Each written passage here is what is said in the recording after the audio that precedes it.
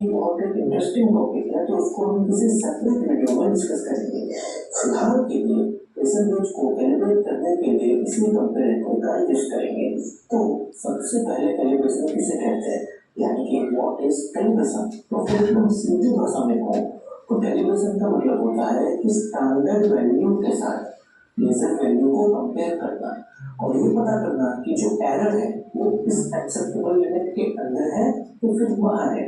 अगर वो एरर इस एक्सेप्टेबल लिमिट के अंदर है तो कैलिब्रेशन पास हो चुका है, और अगर वो एरर इस एक्सेप्टेबल लिमिट के बाहर है तो यहाँ पे कैलिब्रेशन फेल नहीं हो जाता है, बल्कि उससे हमें ये पता चलता है कि डिवाइस में कुछ करेक्टिव एडजस्टमेंट्स करने की जरूरत है, जिससे जो एरर है वो रिलीज होकर के एक्सेप्टेबल लिमिट में आ सके।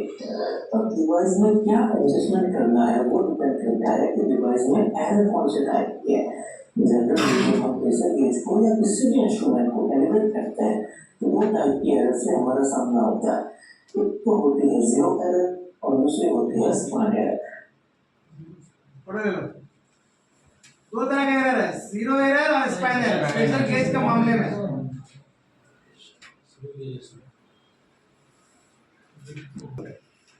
चलिए साथ जितने भी पॉइंट पे आप मेजर वैल्यू को स्टैंडर्ड वैल्यू के साथ कंपेयर करोगे उस हर एक पॉइंट पे जो एरर है वो सेम रहेगी। मतलब क्या हुआ कि यहाँ पर जीरो होना चाहिए लेकिन 0.2 दिखा रहा। जब 10 पे गया तो 10.2 दिखा रहा, 20 पे गया तो 20.2 दिखा रहा, 30 पे गया तो 30.2 दिखा रहा। इस टाइप के एरर को जो हम लोग क्या बोलेंगे, जीरो एरर बोलेंगे। 0.2 सब में इक्वल बढ़ता है, हर इंटरवल में इक्वल है, इसी को हम जीरो एरर बोलते हैं। लेकिन अगर यहाँ पर 0.2 है और यहाँ पर 10.4 हो गया, अब यहाँ पर 20.6 है, 20.6 हो गया, हर इंटरवल में बढ़ रहा है ना, तो ऐसे एरर को हम लोग क्या बोलेंगे, स्पैन एरर बोलेंगे। तो जीरो एरर जो सेटिंग होता है वो क्या होता है, पॉइंटर को निकालकर जीरो में सेट कर देते हैं जब कोई प्रेशर नहीं रहेगी। जैसे कि बात करते हैं इस प्रेशर गेज के बारे में, तो इस प्रेशर गेज को हम 0%, 25%, 50%, 75% और 100% ऐसे 5 पॉइंट पे चेक करेंगे। तो यहाँ पे पहले पॉइंट पे चेक करने के लिए अभी हमने कुछ भी प्रेशर अप्लाई नहीं किया हुआ है, मतलब प्रेशर जीरो है, फिर भी यहाँ पे पॉइंटर की जो पोजीशन है वो जीरो से थोड़ी ऊपर है, मतलब पहले पॉइंट पे कितनी एरर आ रही है। और अगर हम दूसरे पॉइंट पे चेक करते हैं यानी कि 4 kg पर सीएम स्क्वायर, तो यहाँ पे जो एरर आ रही है वो उतनी ही है जितनी कि पहले पॉइंट पे आ रही थी। तो चलो प्रेशर को और इंक्रीज करते हैं और तीसरे पॉइंट पे चेक करते हैं, तो यहाँ पे जो एरर आ रही है वो उतनी ही आ रही है जितनी कि पहले और दूसरे पॉइंट पे आ रही थी। तो उसी तरह चौथे पॉइंट पे भी जो एरर है वो सेम है और पांचवें पॉइंट पे भी जो एरर है वो सेम है। मतलब कौन सा एरर है? इस तरह की एरर को रिमूव करने के लिए सिंपल प्रेशर को जीरो करो और पॉइंटर पे लगे इस जीरो स्क्रू को घुमा के पॉइंटर को उसकी सही पोजीशन पे शिफ्ट कर दो। यहाँ पे इस जीरो स्क्रू को घुमाने से क्या होता है कि यहाँ पे सिर्फ पॉइंटर ही रोटेट करता है, पॉइंटर जिसपे लगा हुआ है यानी कि पिन उसकी पोजीशन तो जो है वही रहेगी, यहाँ पे सिर्फ पॉइंटर ही रोटेट करेगा।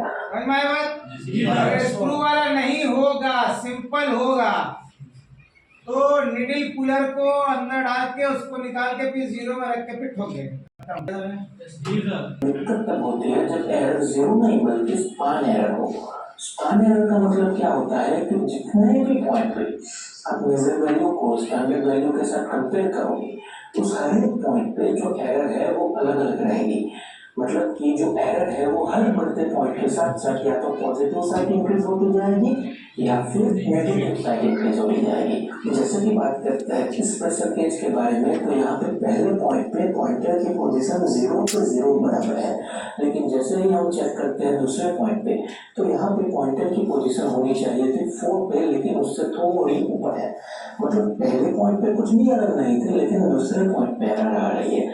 और अगर हम तीसरे पॉइंट पे चेक करते हैं तो यहाँ पे जो एरर आ रही है वो दूसरे पॉइंट से भी ज्यादा है।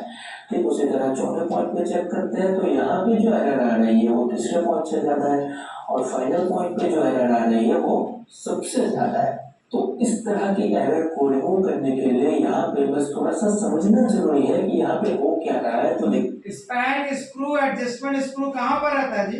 इतना रोटेट करना चाहिए था, यानी कि यहाँ से यहाँ तक, बोले तो यहाँ से यहाँ तक कितना होता है 270 डिग्री, मतलब पॉइंटर को 270 डिग्री रोटेट करना चाहिए था, लेकिन उससे वो थोड़ा ज्यादा रोटेट कर रहा है और यही सारी फसाद की जड़ है।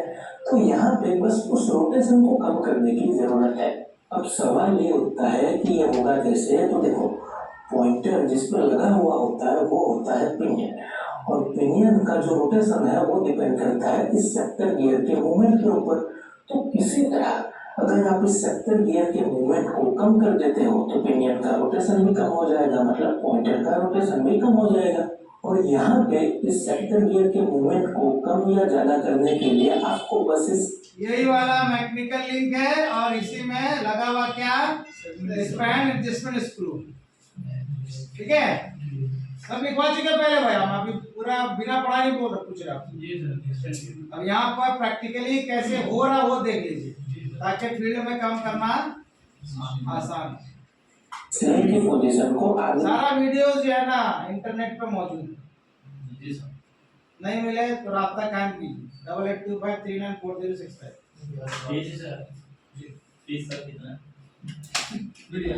फीस आप लोग दे नहीं पाएंगे मास्टर, इसलिए लेते जाइए।